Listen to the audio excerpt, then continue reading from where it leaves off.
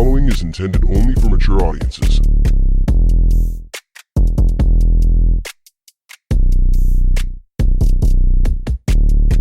Open your ears and lube up your butthole. It's time for the What Do We Call It podcast.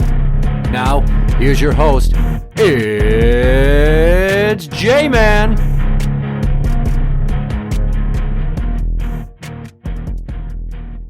Welcome to the What Do We Call It podcast. I'm Jmann. This is Steiny. Hi. And when I left us off on our previous episode, I've been having issues with The Beast terrorizing our 10-year-old. Yes. Get fucked. So here's the thing about my 10-year-old. She has anxiety issues. It's obviously genetic also. And genetically induced. I mean, when you have somebody like that, I don't know how you don't develop it over time either. But Well, that's where mine came from. But, I mean, she's a carbon copy of her mom. It's fucking ridiculous. So anyways, she gets stomach aches. And we don't know what the fuck is up. And she'll get stressed out and she'll get stomach aches. okay. And I tried taking away dairy, and that didn't help. Don't know what it is. And she's just like, you need to take her to the doctor. You're not a doctor. You're just going to make her stop drinking milk. I'm like, I used to get stomach aches all the time. Mine were probably the same thing, stress-induced, didn't realize it. So one thing that I noticed that made my stomach issues a lot better is when I was 22, I self-diagnosed as lactose sensitive. Yep. And I cut out milk and most ice creams. And if I eat a lot of dairy, I feel like shit. And my stomach's super upset. So that's why I thought my daughter might have that. So all these incidents that had happened with The Beast. right, was happening in July into August into early September. Yep. The final week of summer vacation. Yeah. Just before Labor Day. Well, it's Labor Day weekend, yeah. Yeah. My wife's going to take the littles up to the cabin with her mom and sister and Okay. my stepdaughter. I'm going to have just me and the girls here. I'm like, we're going to have a fucking awesome weekend. It's the last weekend of summer. We're going to go swim at Grandma's pool. We're going to go to the splash pad that we usually go to every summer that we haven't hit yet. We'll go to our splash pad. We'll go for a bike ride, and we'll watch scary movies. Awesome. I said that on Tuesday. So The Beast has them some of the days during the week as Okay. part of our custody agreement. Sure. Wednesday night, I didn't know this. My daughter had a stomach ache and had diarrhea like 3 times. Gross. That's Wednesday night. Thursday morning, she gets her period. Oh. Yeah. So now she's with me Friday afternoon. And while she's getting dropped off, before I get home, The Beast texts me, she's got a stomach ache and I'm concerned. I'm like, okay, well, she gets stomach aches all the time, so what the fuck? Is this any worse? Right. I need some context here. And I told her, I'm like, she says that she had diarrhea a day and a half ago and that she got her period and hasn't pooped since. Okay, well, maybe it's a digestive thing. I'm like, we're hoping so. So I'll give her some apple juice and we'll see if she poops. And the stomach ache continues to be a problem. And she's like, it's worse than it normally is, Dad. So The Beast is harping on me that she thinks it's appendicitis. Oh, yeah. Immediately thinks it's that. And I say to her, I'm not so sure yet. To which she goes, you're not a doctor. You don't know these things. You need to take her to the ER. I'm like, why the ER? Well, because if she has appendicitis and you don't treat it, she could die. So she's already catastrophizing. Mm-hmm. And I'm like, okay, so here's the deal. It doesn't hurt when she touches where her appendix should be. Right. She's not running a fever. She's not vomiting, so even if she has appendicitis, we know it doesn't burst. She's not showing any outward physical symptoms. Then she gets her mom to start calling me. Her mom to say, Beast's mom. Yeah. Yes. when I had my appendix out and when my son had his appendix out, we didn't have fevers either. She's like, you should probably take her in. I'm like, oh, Jesus fucking Christ. Right. So now I'm sitting here arguing with The Beast. She's like, well, I'm going to come pick her up. I'm going to leave work and come pick her up. And then I'm going to take her to the ER. And she wants to take her to local hospital. That place has gone down in quality considerably in the last few Begins years. with an M and ends in Ursi. Yeah, it's Mercy Hospital. Yeah. That at times people refer to it as MRSA Hospital. Yeah. Oh, that's not a good nickname. It's not. And the reason I can say that with impunity is because my sister went there before she died, got overdosed on a medicine she shouldn't have had, and got fucking MRSA. But then died. Mm. So The Beast. wants to take her. I'm like, I will give her a Tums. Because she has chewable Tums that The Beast. bought her because we were trying to figure out what's going on. Sure, yeah, and acids, maybe it's, yeah. And she's like, well, no, that's not enough. You need to take her. And I'm like, if it is not better by morning, I will take her to the fucking Minute Clinic. You promise? You promise you'll take her? You're not just saying that? I'm like, shut the fuck up. I will fucking take her. Jesus Christ. She's like, well, I think you're going to find out that even if it's not appendicitis, I think she's got Crohn's disease. Oh, so now we're jumping on to another thing. She's self-diagnosed, or she's diagnosing all this stuff. Yes, You're not a doctor, but she is, apparently. Yeah, she uses WebMD and thinks that she has fucking uterine cancer a couple times over the years. Or, Crohn's. Possible, but not likely. Possible, sure. I'm thinking that she'd be a lot more sensitive to different foods. Yeah. And it just manifests when she's fucking 10. Don't they usually catch that shit earlier? She would have been showing signs with other foods, right? Unless this was just something you weren't able to pick up on. Right, yeah. Anyway. I'm surprised she didn't go with, like, diverticulitis. Or some that. other fucking... I was going to say, there's Hail a Mary. whole bunch of them you could go with as far as gut issues, really. C. diff, yeah, all sorts of things. So she takes the Tums. Her stomach feels a little better. Okay, so the kid goes to bed. And The Beast and I are talking. She's like, I'm going to call the cops on you because you're medically neglecting our daughter. I'm like, I'm not. But you know what? You go right ahead. Yep. I will gladly talk to them. In fact, send them to me. I want to have a face-to-face with them about you. After all the shit that's been going on recently. Because I read that high amounts of stress can induce acute appendicitis. Okay, so a short-term inflammation of the appendix. Okay. Yeah. Yeah. So while the kid's in bed and we're having this conversation, I'm like, well, I'm waiting for you to call the cops. So I'll be sitting on the front step waiting for him. Right. I sat out there for an hour. Yeah. I'd love to have a chat with them about you, so I'll be waiting for them to show up. Absolutely. Because when they deal with me, I'm usually pretty articulate. They can tell I'm pissed off and I'm at my wit's end. But I don't ever, like, fucking fly off the handle like she does. Yeah. No cops ever showed up. Of course not. No. And the next morning, my daughter's like, I feel a little better, but it's starting to get worse again. I'm like, uh-oh. So she takes a Tums. So I try to make a appointment at the local Minute Clinic, but they didn't have any openings. I'm like, fuck. Sure. And then she's like, well, I'm going to go to Mom's because she's going to dye my hair for school. She's going to add highlights and some blue in my hair. So she feels so bad that she's crying to The Beast. but she'll go and do her hair. And The Beast is so adamant that it's an emergent situation, but she'll take her to her house and fucking do her hair. Right. Bullshit. And it's just like, on the way over there, she hits a speed bump or a pothole or something, and our daughter winces. She's like, I think it's something. You need to take her in, but I'm going to dye her hair, and then you can take her.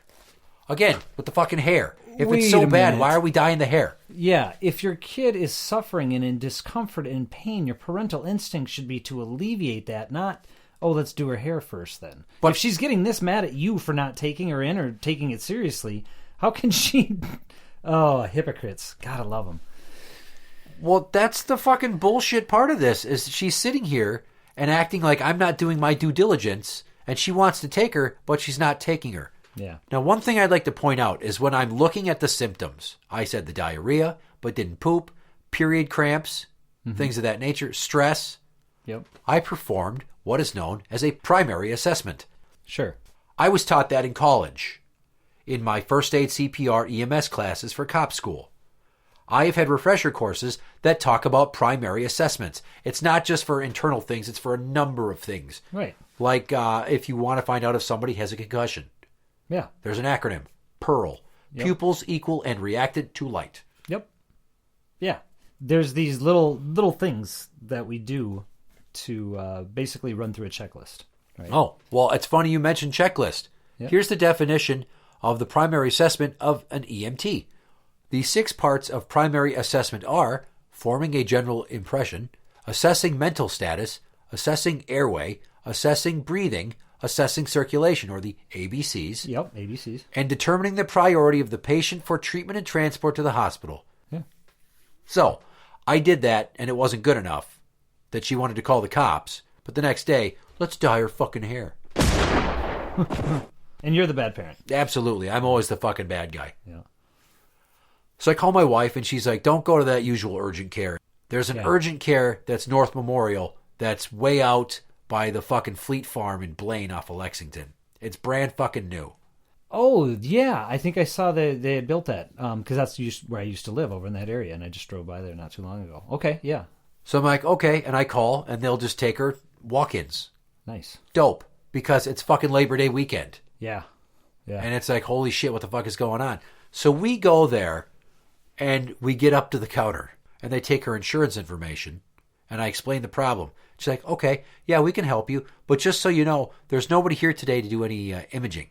No CT scans or ultrasounds. Oh, bummer. So it's a holiday weekend, but they didn't staff somebody. I guess since they're not an emergency facility, but there should be somebody on hand to be able to perform that at any given time. Anyway, I digress. I'm thinking of a medical profession. Yeah, this isn't the hospital. It's an urgent care, and it's a clinic. But I'm stuck with the kid there because this has to get figured out. And she's fucking laughing and joking with her sister, and she's doing fine. And I'm like, okay, we're going to go in the waiting room. And in the waiting room, there's this guy. He's sitting in the far corner. He's holding a toddler. The kid's fussy as hell because it's sick. It's crying, and he's trying to give it stuff to calm it down. And it kept going, no! No! Had I brought a golf stroke counter, that thing would have gotten worn out trying to track the kid's various protests. Sure. It's fucking ridiculous. Some other older couple shows up, and the dad, he's waving at the little girl, and she's still pissed. And then some other lady's sitting there, waiting to go back, and she's playing on her phone. Oh my fucking God. Her phone starts playing a song, and I thought it was her ringtone, and she was just having it on way too loud. Yeah. She clicked a video on something, and she listened to the entirety of Steely Dan's Do It Again, loud enough for the entire waiting room to be able to hear it. And the worst part is, she is swaying and nodding her head and having a good time. Right. And we're just like, fuck it, whatever. Right? That's like a 6.5 minute long song. God damn it. Out of nowhere in the middle of a waiting room. All right. Yeah. And The beast is blowing up my phone. You know, she needs to know what's up. She needs an update. Why aren't I giving the information? Why am I keeping her out of the loop? She has rights, and I'm not doing this, that, and the other. And it's just like I keep having to tell her that we're still waiting. And as common of English as I was using, she still does not get that fucking point. I'm just a piece of shit. Isn't that frustrating, though, being put in that position where there's nothing you can do and you've just got somebody riding you? Like, it's almost like being in rush hour traffic and you can't go any faster than the person in front of you, but you got somebody riding your ass, like, almost in your back seat. Yeah. Like, what's the fucking point? I can't go any faster. I can't do anything different. So your riding my ass is just making me anxious, pissed off, and it's going to cause a problem for you if I have to brake suddenly. Same case in point. There's nothing you can do here. So for her to just rail against you does nothing but increase the tension between you two. Oh, absolutely. So now it's our turn to go back. And we go, and we talk to the attending medical assistant. And he's like, okay, well, I'm not sure, but we'll talk to the doctor. Yeah. You know? Yeah, he doesn't know anything. He's just taking vitals. She's got no fever. Her blood pressure's good. She's chipper. Doctor comes in. Retired Army medic. I come He's to seen some find out. stuff. Yeah. And he assesses her, and he's like, I'm still not sure, but we don't have imaging. So, boy, I don't know. Well, you did say that she hit a pothole and it hurt, right? I'm like, yeah. And he gets her up on the table, and he's pushing. She's like, it's not so bad. I don't know. He's like, well, here's what you need to do. Stop with the Tums. Because Tums actually calm your stomach, but stop you from pooping. So if she is constipated, Sure. the Tums aren't going to help. You want to use like a Miralax to get that shit going. Right. No pun intended. And then he's like, let me try one more thing. He takes her right leg. He slaps her on the heel, and she winces. And he's like, you need to take her to the hospital. It's like, I'm not 100%, but the fact that you said what you said, and that she just winced when I did this, is a problem. Mm-hmm. So I want you to take her to the hospital. We now have to go to Maple Grove Hospital. Oh, I was just there. Yeah, not too long ago. Yeah. And I'm going there because it's North Memorial, and they're going to send her shit right over. Yep. All So- the network. We head over there. And as we're heading there, The beast just blowing up my phone still with all this vitriol, how I'm a piece of shit, and I'm not keeping her in the loop, and I shouldn't have taken her last night because we're going to the hospital now, and I let this go for too long. And I'm like, we're not there yet. We don't know what it is for sure. So you can wait for your I told you so until we know. And we get to the hospital, and we sit in the waiting room. We tell her what's up. She's a kid. It might be appendicitis. 8 minutes we're in. Nice. Yeah, they put you to the head of the line. Yeah. And they go and they assess her and like, okay, well, you're going to go wait back in the waiting room again. and then we're going to wait for like a ER room to open up for you. We'll place you there. A bed. Yep. So we get back to the room, and we're waiting, and it's Saturday, and AEW Collision is on at 7. Oh, yeah. And I wanted to watch it. Sure. So I turn it on, and we're watching wrestling. And my daughter is freaking the fuck out because they tell her that she's probably going to need a CT scan, which involves a PICC line. Okay. Now, my daughter does not do good with needles. Okay. Yep. Not a lot of kids do, so that's not surprising. She's had one blood draw in front of me, and I've told the staff this is going to be an issue because when they did the blood draw, I had to wrap my arms and legs around her like a boa constrictor, and it took 3 fucking staff at the clinic to hold her down to do this, and she screamed so loud, so badly, that 2 other nurses busted into the room wondering if someone was killing a child. They realize, yeah, they need help. I'm sure.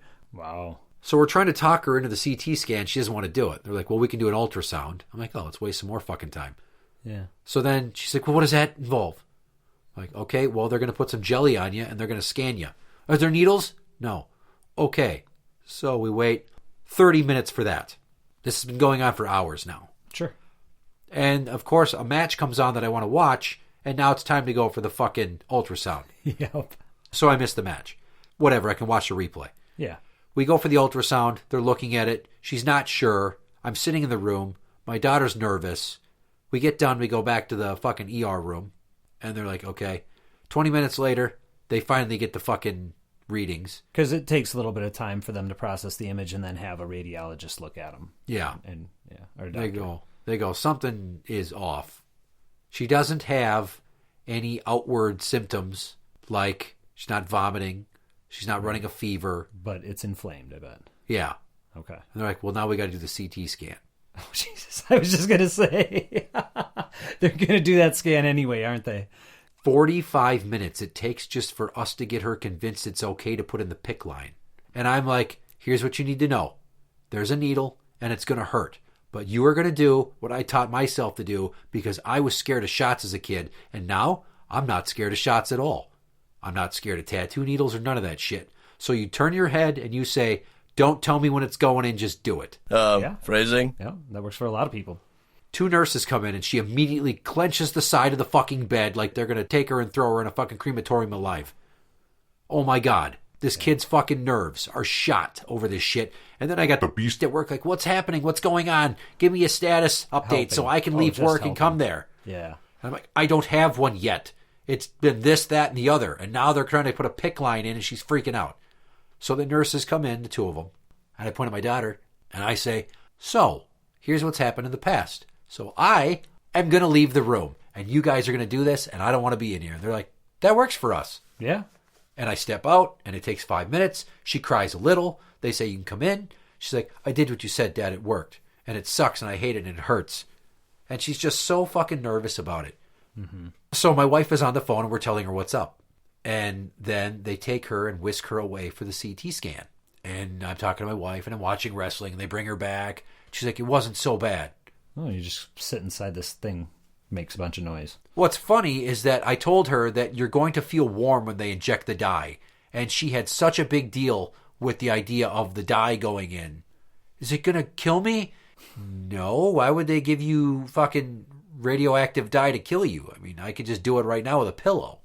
It might take 2 minutes. It's an expensive way to do it. I'll commit to the bid. It'll fucking happen. CT scans are like, yeah, it's acute appendicitis. A surgeon's going to come in and talk to you, which she does. Then I'd contact The beast. who's fucking saying, I fucking told you so, you piece of shit. You could have killed her.